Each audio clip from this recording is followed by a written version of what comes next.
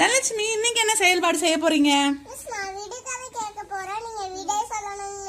ஓ, நான் விடை சொல்லணுமா? சரி, கேளுங்க. 3 எழுத்தை கொண்டது இரவில் முழித்த பறவை எது? Very good. வர்ஷா, நீங்க கேளுங்க. மிஸ் 2 எழுத்தை கொண்டது